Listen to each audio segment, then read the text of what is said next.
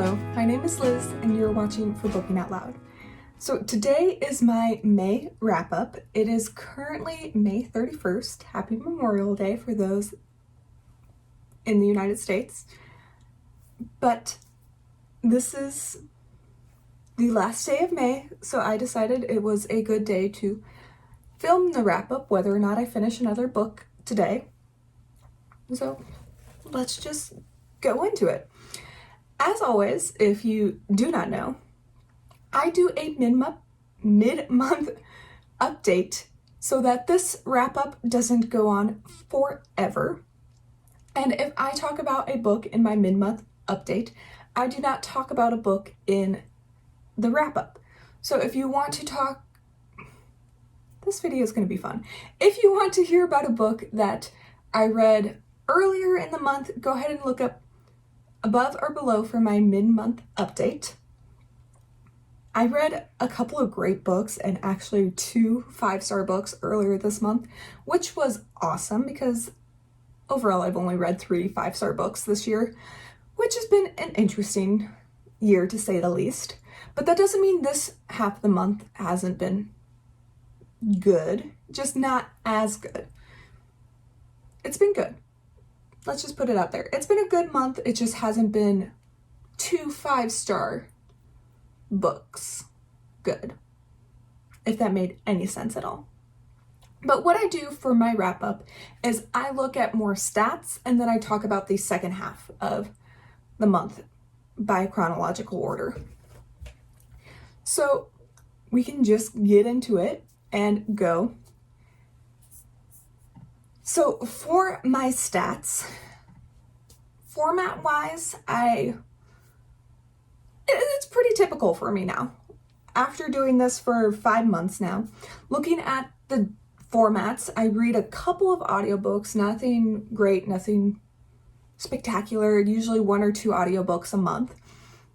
And then I read usually half of my books over ebook because it's just very convenient for me. I can take them anywhere I go. I can read them at night. I can read them in bed with the lights off, that kind of thing, right? And most of those ebooks are going to be library books, which is also great, cheap, free, you can't beat free, so on and so forth. And then something that is a little bit unusual for me is that I read a graphic novel this month, which we'll talk about because very happy with it. And I've been jonesing for this graphic novel for a while. But yes, so again, nothing very unusual for me. Now, genre-wise, I read a lot more diverse genres this month, which again, very happy with. Usually if you see this graph, it's full of mystery thriller novels, which I'm not angry about. It's just I have genres that I like, or fantasy, honestly, or fantasy.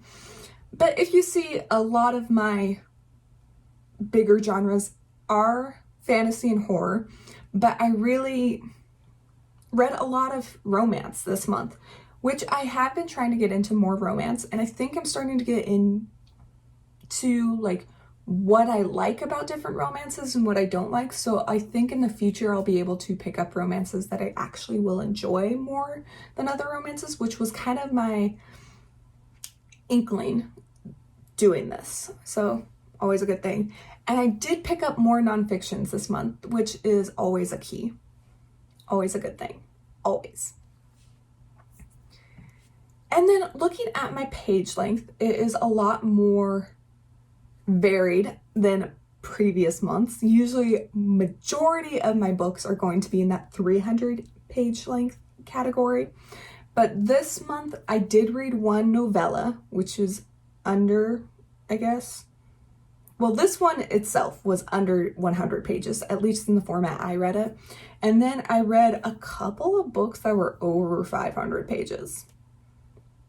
4 books to be exact. And that was something that was not intended really. It's just kind of happened. Some of them were good. Some of them not so good. But yeah, to say the least, it was a month, and considering that I read about 20 books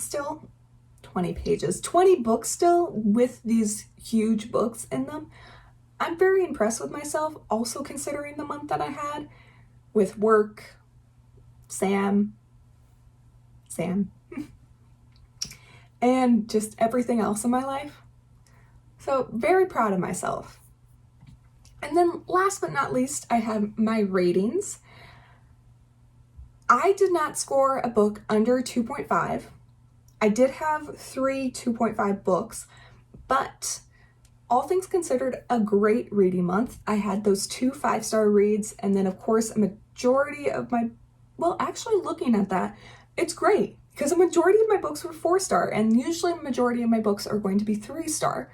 So yeah, actually great reading month. Great reading month. Go me. I just realized that. You see, this is why I like doing stats, because if you don't look back on your reading, how are you ever going to realize what good books you read, what good things you did, and what books you actually enjoy and what books you don't, with tropes and different authors and all that? I'm liking it. All right, and now to get into my wonderful books, I'm gonna start off, okay. The first book I read for this half of the month was going to be Julie and Julia by Julie Powell. I recently read Julia Child's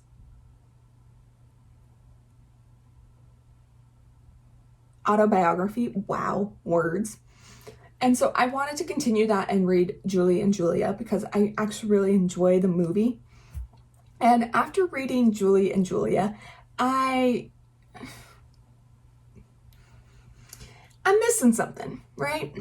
Julie and Julia is about a woman who goes through all of Julia Child's The Art of French Cooking, I believe, and does all of those recipes within the span of a year. She had written a blog and it got very popular. And she really does try to emulate Julia Child's autobiography within this, and it just kind of fell flat. Where Julia Child in her autobiography really is able to bring you in and kind of encase you in her personality and kind of her brightness, Julie and Julia kind of lacks that. And it's really unfortunate because it had the capability to do that, and it just, different writing styles, right? And so I think I ended up giving it a 3-star. Yeah, I gave that one a 3-star because it was fine. It wasn't anything bad. It just wasn't my favorite. And then the second book I read was actually my audiobook, the first of 2 audiobooks I read this month, and it's The Secondhand Time, The Last of the Soviets. This audiobook was really, really good. It took me a while to get through because it was really long, but it's really, this woman is interviewing people who remember the fall of the Soviet Union. They were living in the Soviet Union and they remember it collapsing, right? And she interviews people who were pro-Soviet Union, pro-capitalism, capitalism. And it was just really interesting because she was able to get some really in-depth stories and just how personal these people were being. And these stories were phenomenal too.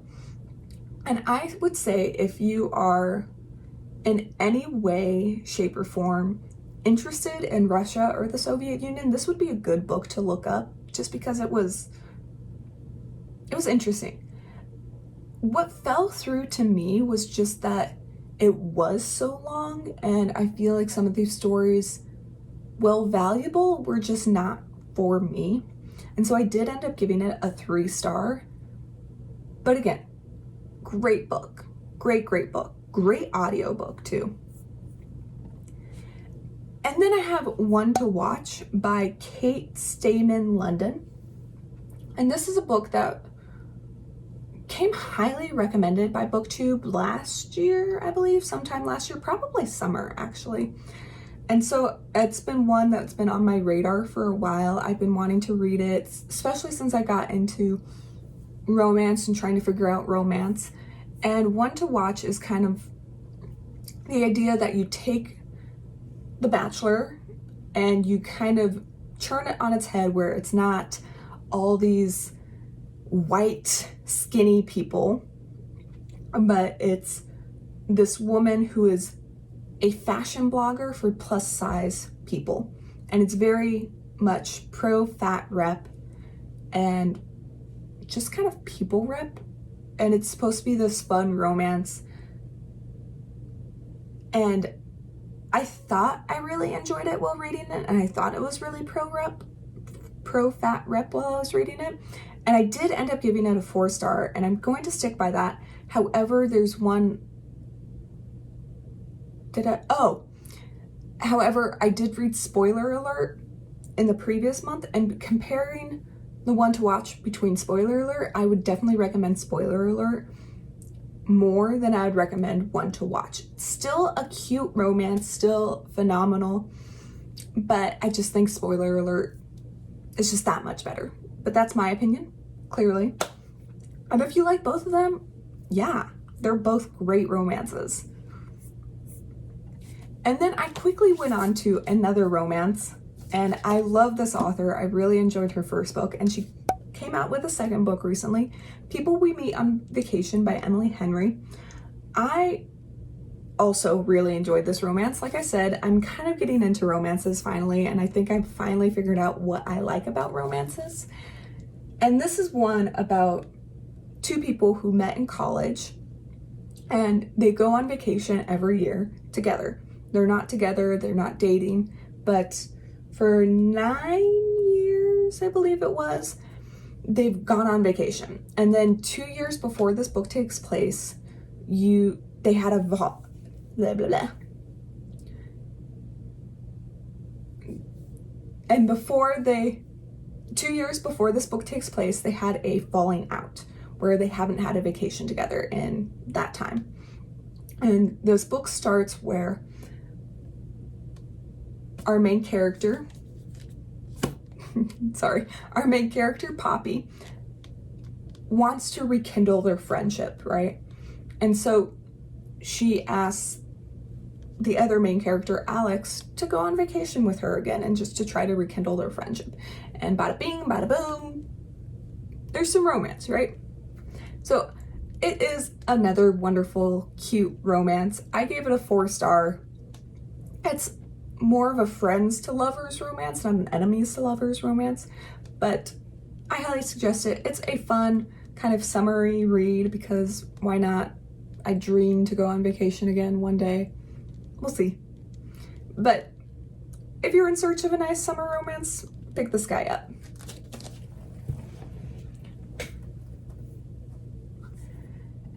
And then I also read A Man Called Ove, I believe is how you pronounce it, by Fredrik Backman this past month.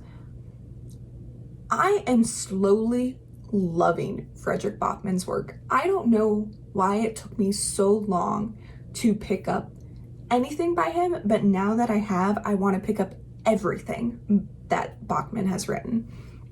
But this one in particular, A Man Called Ove, is about this older gentleman, let's say, that is basically a curmudgeon, right? He hates everyone, he hates everything, he's never happy, he's never satisfied. That typical old man that's like, get off my lawn! That kind of thing, right? And it's about him kind of branching out when this new family moves in next door. And Backman has a way of like opening up and you discovering as a reader the characters, their backgrounds, their stories, and then falling in love with all of them, and then also ripping out your heart. Let's just say that. Did I cry at this book? Yes. Was it well deserved and well earned? Yes. Am I still thinking about it? Also yes. Is it my favorite Backman book? Not quite. I still think I like Anxious People and A Deal of a Lifetime better, but it's still pretty much amazing, and I gave it a 4.5 star. If you haven't read it, I highly suggest it. If you haven't read a Backman book, I'm pretty confident to say any Backman book at this point is going to be amazing. I haven't read them all yet, but I'm getting there, and I will. Let's just point that out there. And then my next book is actually that graphic novel I had mentioned. I love Junji Ito, as you can see, and I broke down and I finally bought the rest of the books that I have not owned yet that are released in English. I think I'm still missing 2 actually, but we'll get there. We'll get there. But this month I did end up reading Venus and the Flytrap by Junji Ito. It's a collection of short stories, like a lot of his work is, that's released in English. He's a phenomenal horror manga artist. And honestly, this one in particular was one that I really wanted to read because if I'm not mistaken, this is a collection of short stories that Ito handpicked for this book. So these are ones that he himself wanted published together. And I have to admit, it did not disappoint, point blank. Loved half of them and liked the other half of the stories. There's 10 short stories in here overall.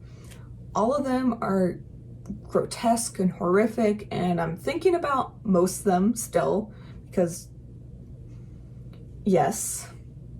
But I would say if you're looking for a short story collection, I would pick up this one before you pick up Smashed and Shiver, just because this one I would say has some more stories that kind of mess with your mind if you're looking for that.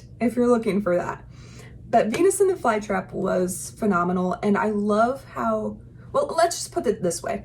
This one has more panels that are colored, and they're deliberately colored to make more of an impact. Yeah, let's just put it that one. Let's put it there and leave it there. But I gave this one a 4-star overall. I think rating short stories is really difficult just because, I mean, there's some short stories in here that I'd give 5 stars, hands down. But there's some short stories in here that I'm like, more 3-star. And so overall, I think I'm going to give this one a 4-star. But if you need a certain short story recommendation, hit me up. Leave me a comment down below. I got you. I got you. Oh, and then my next book that I read is going to be David Copperfield by Charles Dickens. This was my second audiobook of this month, and that was a choice. It was not a good choice, to say the least. This was my first Charles Dickens book. I own a copy. I've owned this copy for years, and I've been meaning to get around to it, and it was free on audio. So I was like, yeah, sure, let me just read it on audio. That would be easy, simple, and effective. No, do not make that mistake. It was so boring on audio. And I don't know if that's the story or if that's just me not liking Charles Dickens, but this was a slog to get through, to say the least. I don't know if I need to talk about it or not.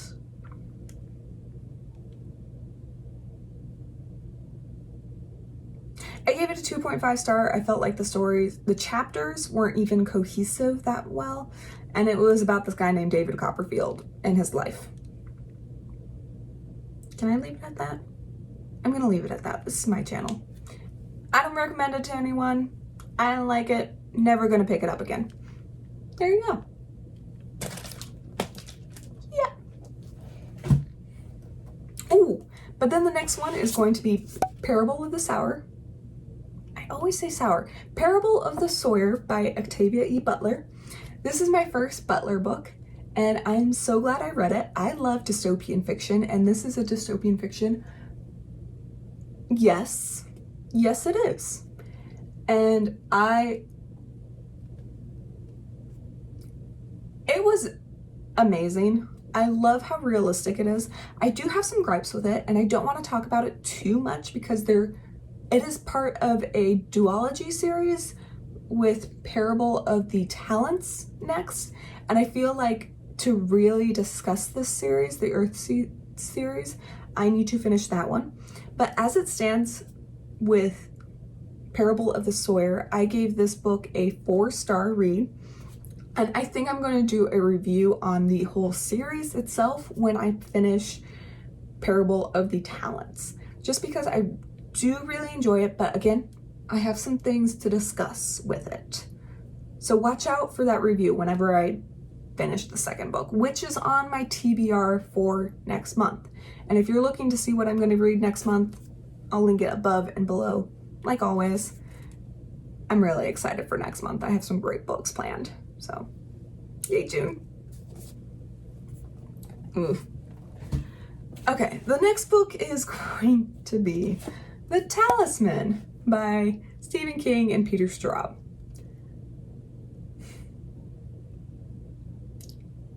So, this is a hefty book here, and I thought I was going to be really excited. I was under the impression at first it was going to be a true crime book, and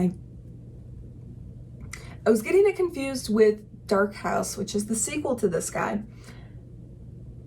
And then I finally picked up this guy and I started reading it, and I was really thrown by it being a fantasy, because it is a fantasy.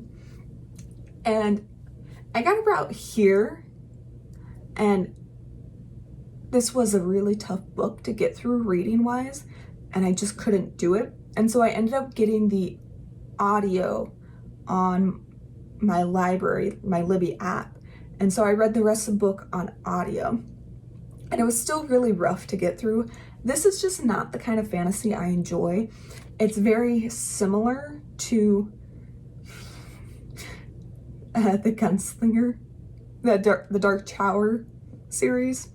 And it actually kind of is related to the Dark Tower series. You don't have to read it. You don't need to know anything about the Dark Tower series to enjoy the Talisman. But it's kind of funny how it reads like the Dark Tower series, and it is related to the series vaguely.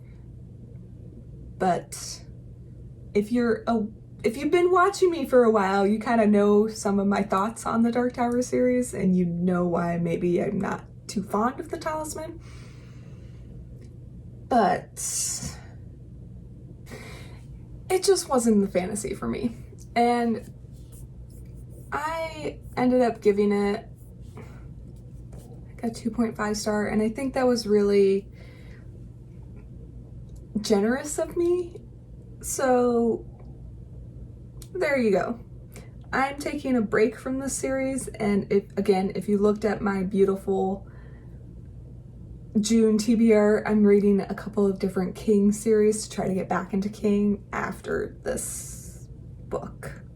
That's for sure. So there you go. And then the last book I will talk about and probably read this month is going to be Elatsoe. And Elatsoe is something that I know has been going around BookTube for a while.